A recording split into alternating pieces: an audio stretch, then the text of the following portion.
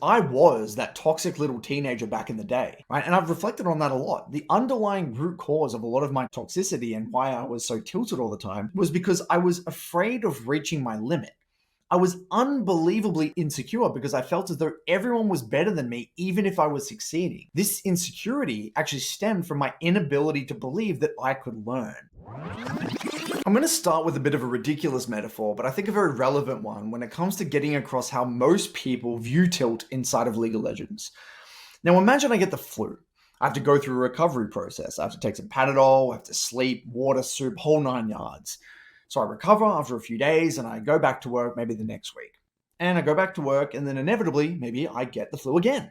So I have to go back home, go through my recovery process, Panadol, sleep, water, whole 9 yards. Eventually, I recover and I go back to work. Now, let's say it happens for a third time. I get the flu again for the third time. If this were to happen to most people, we would start to get a little bit concerned because we'd think, okay, well, these short-term solutions or these short-term fixes such as water, sleep, soup, whatever, they're not really helping me. I kept getting sick, in which case we would try to look for some sort of long-term solution, but we would also start to think in terms of maybe we have something else wrong with us. Maybe there's like a long-term problem here. Maybe I've got an immunity problem. There's something else going on. Either way, we would try to investigate the situation in a little bit more of a thorough manner. Now, when it comes to League of Legends, most people who go through a tilt spree, let's say they tilt, they go down 400 or 500 LP, they're going to find a short-term solution, whether that be duo queuing, spamming more games, starting a new account, playing a new champion, whatever the hell it is, right? There's going to be some short-term solution. So inevitably, they get their LP back over time, and then, there's another tilt spree, and they go down another 400 or 500 LP, and the whole thing repeats again. Now, most people I've found don't really view tilt in the sense that there's going to be a long-term solution. They kind of view it as an inevitable part of their journey. Oh, I'm just going to go through this minus 500 LP swing. I'm just going to go through this tilt spree. It's just what I do. This is part of the solo queue experience. When in reality, no, that's not right. That's not healthy. I'm not going to sit here on a pedestal and say that none of us tilt. But it's not normal to go through these massive swings of LP, completely sabotage your journey, and have to recover over the next few weeks. So we need to start viewing tilt in terms of this cause and effect relationship, and how do we prevent ourselves from going through these painful experiences, and how do we kind of find the root cause of our problems such we can actually address these root cause problems and find proper solutions that are going to allow us to develop a healthier relationship with the game. Now, today we're going to be covering 4 root causes of tilt. Now, as we go through them, I don't want you guys to be viewing it through the lens of, I have that or I don't have that, right? I either have the flu or I don't have the flu. Everything is more so viewed on a scale where we're going to have extreme cases. Maybe some people fall on the extreme side of the spectrum where it's like 9 out of 10, and other people are going to be like 2 out of 10 or 3 out of 10. I think everyone in some way, shape, or form is going to be influenced or affected by these root cause effects of tilt. And I think that's a much more healthy and pragmatic way of viewing this entire video. Number 1, unmanaged and unrealistic expectations. Most people think they're going to climb a lot faster than they will in reality. And this is due to them not factoring in gaming backgrounds, differing rates of learning, and an inherent disrespect for the difficulty of the game, which we will cover later on inside this video. Therefore, if you're coming into a game with this overwhelming need to win the game, or this overwhelming kind of expectation that you are going to win the game, every single time something goes wrong inside of a game, maybe your teammates die, or maybe you make a mistake, or you give a bounty, or your jungler does X, Y, Z, it's going to feel inherently painful, incredibly painful actually, because you're going to be very aware that the likelihood of you winning this game is drastically reduced, and you're going to be further away from meeting that expectation. Every little mistake, every little setback is going to be a stab in the heart because, again, our mind heading into the game is that we're expecting ourselves to win. We're expecting ourselves to carry. We're expecting ourselves to have this smooth journey to whatever kind of arbitrarily set rank that we've already decided upon. And when something doesn't go our way, when something doesn't go according to plan, it's inherently going to be painful. This is just common sense. Following on from this, it makes it incredibly difficult to be present, curious, and open-minded, which are actually the keys to success in solo queue and essential for the expression of our best self. And as a result, we're going to be highly emotionally volatile. Typically what you see with players with this sort of, I guess, toxic expectation about what they are currently capable of in league is that they go from these extremely high highs because they're so focused on meeting this arbitrarily set goal to extremely low lows. And when teammates play well and in their mind teammates are great and meta's good or the stars align, they're the happiest person in the world. And when things don't go their way, and when maybe they make a few mistakes, or the jungler does XYZ, or Riot matchmaking this, whatever narrative they have, kind of I guess becomes apparent, they drop. And their emotional swing goes from super, super high to super low low. Now, it's these emotional swings that make it basically impossible for us to stay coherent within a game and make good quality decisions. Because how the hell are you going to make good quality, consistent decision making within a game if you're completely mentally jacked up and then you're going from super high highs to super low lows? It's just not feasible. We need to be very coherent, cool, calm, collected. If something goes well, okay, cool, that's noteworthy. You might even give yourself a bit of pat on the back, but you're not going to think that you've won Game 5 of Worlds. And if something doesn't go well, you're not going to think that you're the worst player in the world. You're like, okay, that's a problem. All right, what do I need to do next? And if you can keep that level head, it's going to make it a lot easier for you to make better quality decisions. In order to lower that emotional volatility and have a more accurate view on our situation, we need to get very clear on our gaming background. How many years have you played League for? Is League your first competitive game? Did you play any other MOBAs before League? Did you come from bloody Tetris, Tetris or Pac-Man or Pokemon or whatever? Getting clear on your gaming background matters a lot. And a lot of people, when they get into comparing others or setting unrealistic expectations, it stems from a lack of understanding of their gaming background. Another one I commonly see is games played with intensity, right? They might think, oh, I've played 1,000 games, but how many of those games were just autopilot pissed away on random champions, or maybe played with wrong reference points, or whatever the hell it might be? Just because you've played a decent sample size of games, it doesn't always equate to the quality of games. The other ones, such as champ mastery. Have you jumped around to a trillion champions? Did you have a review process? Did you play those 1,000 games with stage 4 issues? You need to get clear on your situation, and people don't engage in this sort of discussion. They just set some arbitrarily kind of toxic expectation, or they put this kind of label on themselves. And if they don't meet that expectation, they just become so mentally jacked up, and their League of Legends experience becomes very miserable very quickly. If we can be present in our journey, set realistic goals, and focus not only on accepting but owning our current level of play and rank, your games will be not only more enjoyable, but just have way less emotional spikes. Now, once we are able to appropriately manage our expectations and get a much more accurate view on our situation, you'd be surprised at how less tilting everything becomes. The game just magically becomes a lot less stressful and a lot more enjoyable. Now, the obvious challenge here, though, is how do we get an accurate view of our situation? Like, how do we even go about that? And this is where I'd recommend two things. I mean, I think having like an open and honest conversation with people you play with, like your friends and, your clash team or whatever the hell it might be, or your teammates, but also just being honest with yourself, like actually taking the time to be introspective and question, what expectations have I placed on myself? Like why am I so jacked up when I'm heading into the game? Like, why do I feel so angry when I lose? Why do I feel like I have to get this rank? Like, where did that come from? Like, a lot of the time when you just ask these basic questions, you'll just realize how ridiculous these, I guess, restraints or these expectations you put in yourself were. And I really think it comes down to having that honest conversation with yourself, and you'd be surprised at how impactful that can be.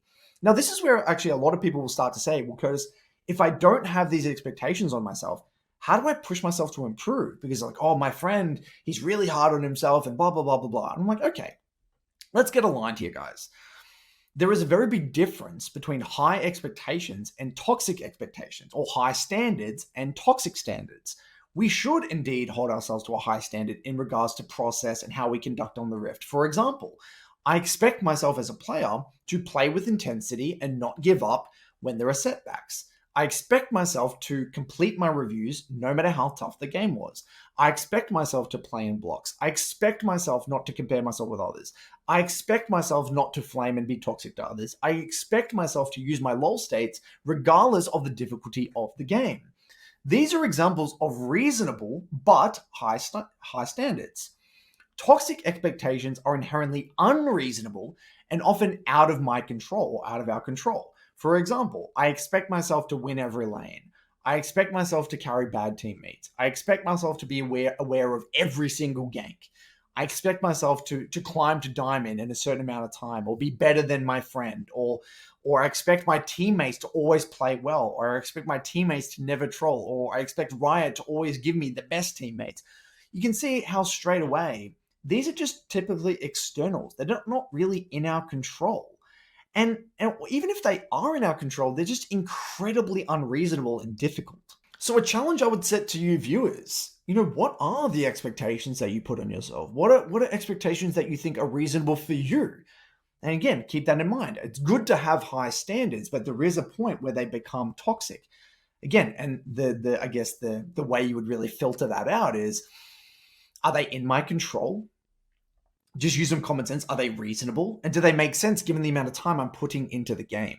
And as a bit of a side note, think back to when you first started playing League. How much more pleasant of an experience was that? Like, you think back to a few years ago when you first started playing with friends, and you're probably thinking, wow, that was such a fun time. I was having a blast. Like, everything felt fun. Even when I lost, it was fine. And this is typically because you had little to no expectations about what you should or shouldn't achieve. Now, look, I'm not sitting here saying you shouldn't have any expectations. It's about them being reasonable and managed, and really having that honest dialogue with yourself. Number 2, fixed mindset and focus on LP. Now, focus on LP and fixed mindset usually coincide, but they don't always have to.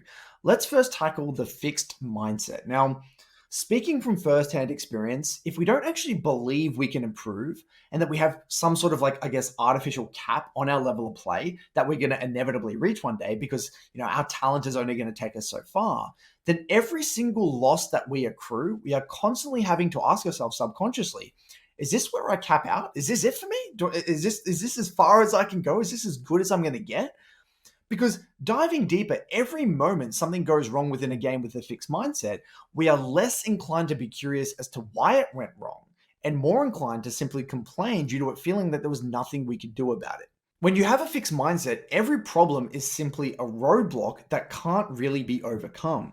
Over time, as you reach inevitably your plateau point, there's going to be this feeling of dread as you are kind of reaching your end game. Therefore, when something goes wrong in a game, we can't help but feel emotional because we're wondering subconsciously, what if this is it for me? Like, what if this is just my level of play? This is where my talent gets me. This is where all of my gaming experience gets me, and this is it. I can only get to this point. A fixed mindset fundamentally induces tilt because in League we're faced with many problems. And if that problem doesn't have an immediate solution that we feel we can currently execute upon, we're going to think to ourselves, well, look, realistically, we're probably never going to find that solution. And even if we did find that solution, we're not going to be good enough to execute upon it anyway. And the reason I'm so passionate about this one, guys, is because I was that toxic little teenager back in the day. Right? And I've reflected on that a lot. The underlying root cause of a lot of my toxicity and why I was so tilted all the time was because I was afraid of reaching my limit. I was unbelievably insecure because I felt as though everyone was better than me, even if I was succeeding. This insecurity actually stemmed from my inability to believe that I could learn.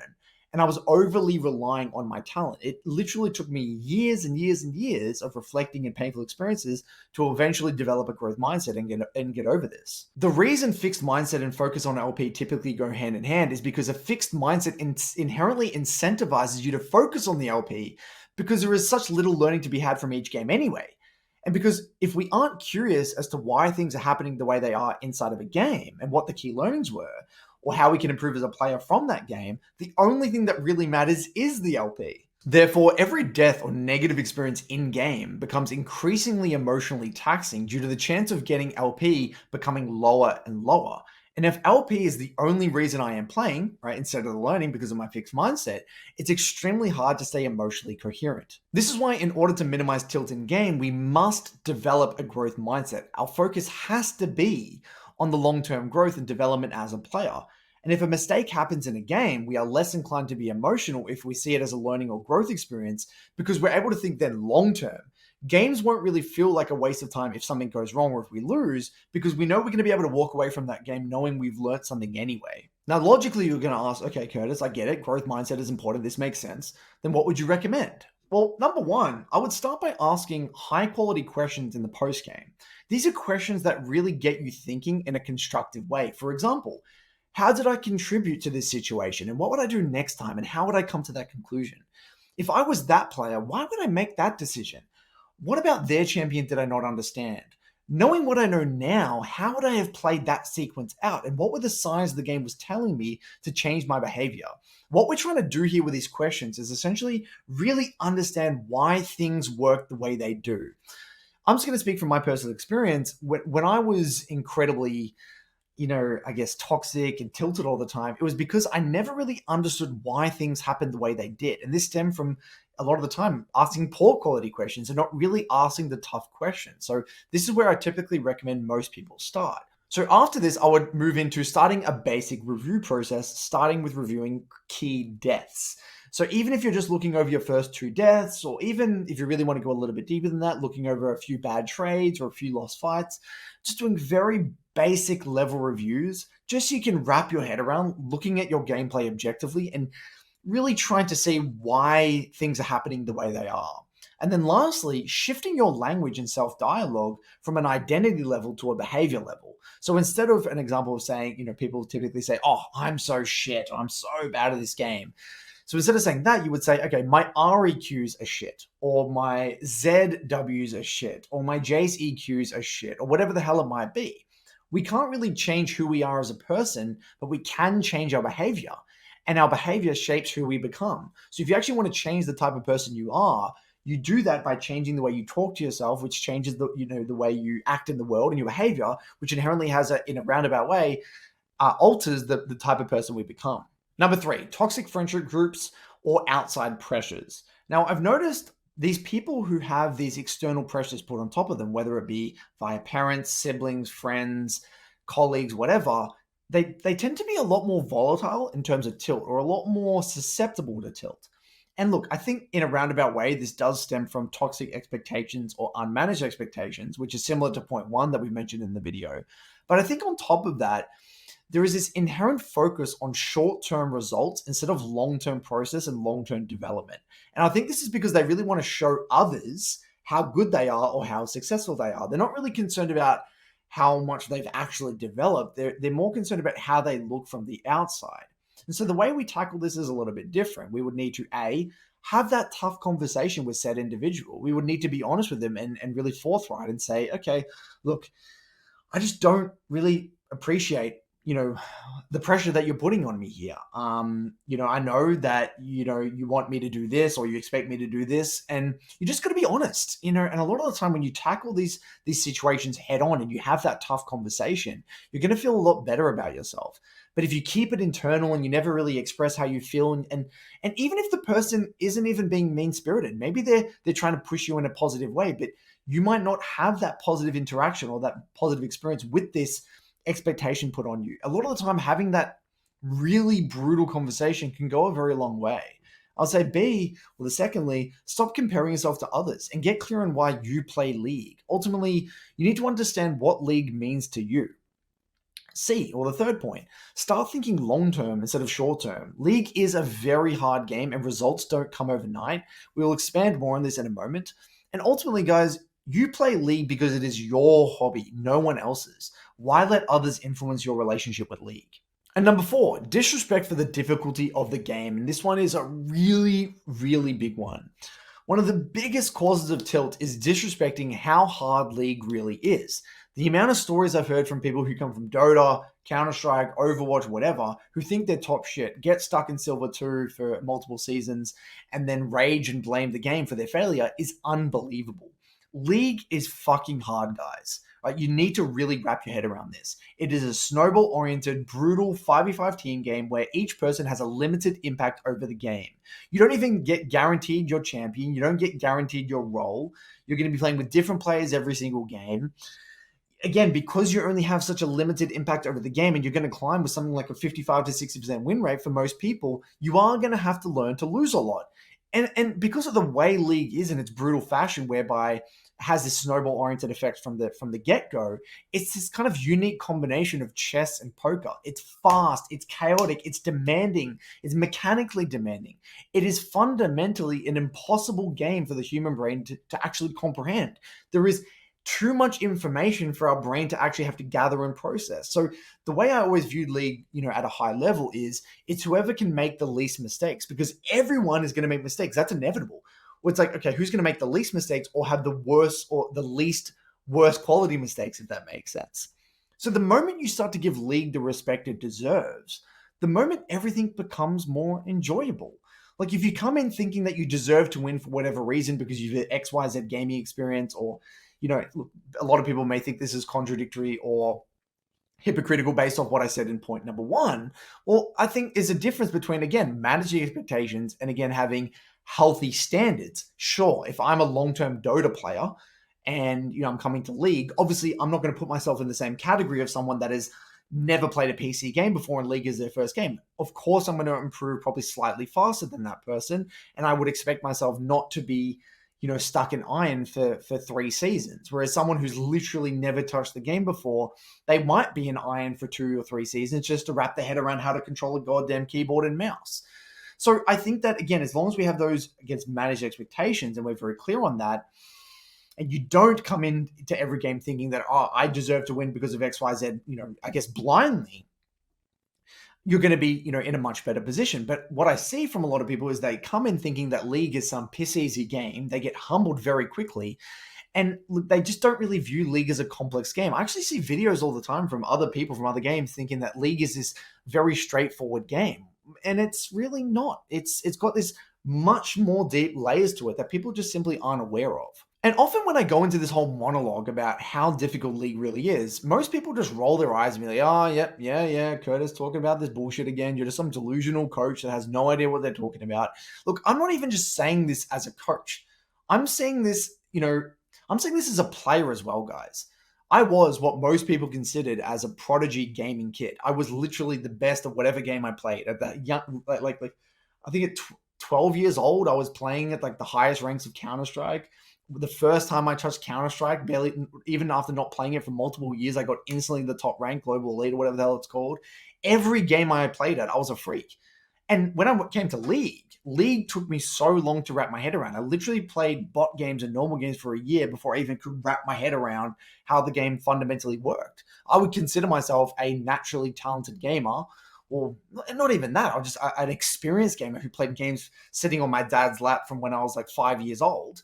And if League was hard for me, for the average player who doesn't have a sophisticated gaming background, it's going to be incredibly hard. So you need to respect the game, guys, because even me to this day, I'm just bamboozled with how hard this game really is, even after coaching it for years and years and years. Now, before we get into the toolkit section of this video, you may ask, well, how do I utilize all of this information? Now I know these 4 root causes, whatever. What I want you to do, and when you walk away from this video, I really want you to reflect and be honest with yourself. Have that tough conversation. Which one of these resonate with you? What do you feel as though is relevant to your situation? And why is that the case? How does it relate to you? How has that impacted your journey thus far? Really take the time to have that tough conversation with yourself. Because if you do so, now that you have a few things to orient yourself or reference back to, you'd be surprised at how much healthier your relationship with the game can become once you really make peace with these, I guess, concepts or underlying narratives. So please take the time, even before you get into the Tilt Toolkit, to really reflect on these things. Now let's move on to these tools that we can actually put into our Tilt Toolkit to dampen these emotions and stay focused in game. Number 1, asking high quality questions to recalibrate inside the lull states. Whenever I'm mentally or emotionally compromised in game, I take a deep breath and I ask myself some sort of questions like these. What is my role in this composition? What is the win condition? What is the next neutral objective and are we contesting it? What do I need to do next in this game? What is my next spike? Where is my team now? Even if this information is simple and quite obvious, it distracts the mind from the bullshit and allows us to stay focused on the here and now. A lot of the time, the way I view it is that I've got this part of my mind that is all jacked up, thinking about like things like LP, how I look to other people, ego, whatever, all this stuff over here. And then I've got the here and now. I need to direct my attention or pull my attention from this all bullshit to, okay, what do I literally need to do next in this game? And if I can distract myself with the details and distract myself with these questions, I'm going to have a higher likelihood or higher chance of being able to just express my best self. And this is my most commonly used, even to this day within my own games, I guess, tool in my toolkit to help me get through this game and get into review and actually, I guess, reflect on why I was so emotionally compromised. Number two, adopt the make the enemy sweat for LP mindset. If I'm in a hard game due to a series of mistakes or bad teammates, whatever, I love to adopt this mindset because it takes all of the pressure off and gives me the motivation to stay focused. If they're going to take my LP, all right, if I'm going to lose this game and I'm going to lose LP for it, let's bloody make them earn it, right? Let's make them sweat for this LP, because more often than not, most people get complacent. They throw, they do dumb shit. They think that they've got the game in the bag. And if I can stay focused, if I can make them earn that LP, a lot of the time I can even turn these games that I thought were lost into potential wins. So this make the enemy sweat for LP has been a very, very important mindset that has completely reinvigorated my league journey. And number three, take the time while you are dead to do 3 or 4 deep, long breaths in and out, literally focusing on your breathing, like it's kind of like a miniature meditation. This is not really something that I would start with in my toolkit, and it's essentially more of a last-ditch effort. Like you're really, really screwed. Like you're really emotionally compromised. If you have to do this, then do it. But if you have to resort to this and you're doing this over and over again, like it's a common trend, then you probably need to spend more time reflecting on the root cause issues and really try to minimize your emotional volatility within a game. So hopefully this all makes sense. Hopefully you can take at least one thing away from this video. If you'd like me to expand on anything, let me know, and I'll see you guys around for another video soon. Cheers.